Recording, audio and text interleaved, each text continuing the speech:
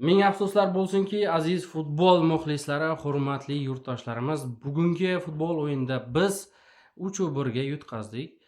Va bu men o'ylaymanki, unchalik xafa bo'larli natija emas. Hamma narsani to'g'ri baholashimiz kerak, real qarashimiz kerak. Chunki bu O'zbekiston birinchi marta jahon chempionatiga chiqishi va birinchi marta jahon chempionatida o'ynashi bu katta natija va bunda albatta bosim bo'ladi. Ikkinchidan, bu jahon chempionati, bunga oddiy komandalar, kuchsiz komandalar chiqa olmaydi. Shunday ekan, bizga raqiblik qilgan Kolumbiya komandasi ham juda ham kuchli va kuchlilar tarkibi o'sha tarkib topgan. Shunday ekan, bu narsani to'g'ri baholaganda, bu menimcha unchalik yomon emas. Yomon deb bo'lmaydi bu o'yinimizda. Xo'sh, 40-daqiqalarda Kolumbiya hisobni ochdi birinchi taymda. Ikkinchi taymda keyin Abbosbek Fayzullayev, ya'ni o'sha Eldor Shomurodov juda ham kuchli zarba yo'lladi darvozaga qarab. Shtankaga tegib, pastga tushib, shu kirishini bilmay turgan paytida Abbosbek Fayzullayev bosh bilan uni birinchi golda, ya'ni jahon chempionatida birinchi o'yinimizdagi birinchi golda muallifi bo'ldi.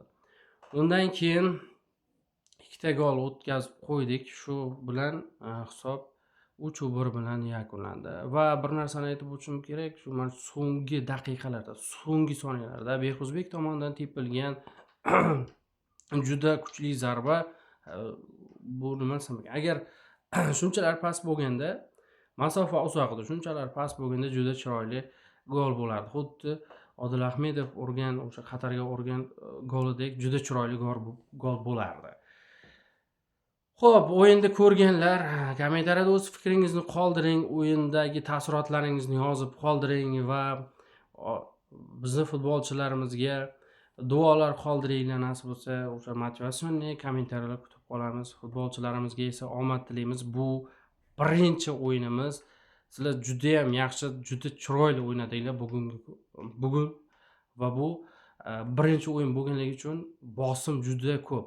Ya'ni hamma nima bo'lsa ham yutishlaring kerak, nima bo'lsa ham ham bilib turibmizki, hammani, masalan, sizni, bizni, hammamizni niyatimiz, bosimimiz ularni qo'lida-da. Shuning uchun ular xato qilmaslikka harakat qilgan payti, odam shu diqqat bilib o'ynagan payti sal qiyinroq bo'ladi bu narsa.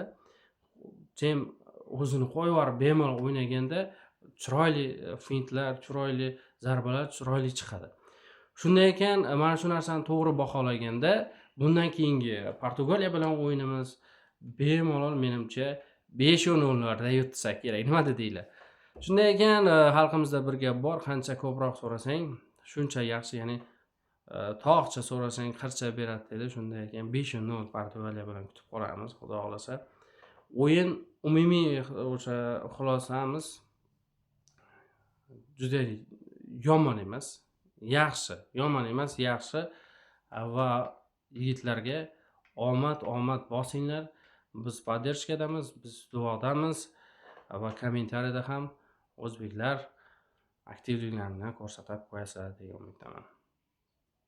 Portugaliyani 5-0 hisobda yutdik deb mana shunday video qilish nasib qilsin.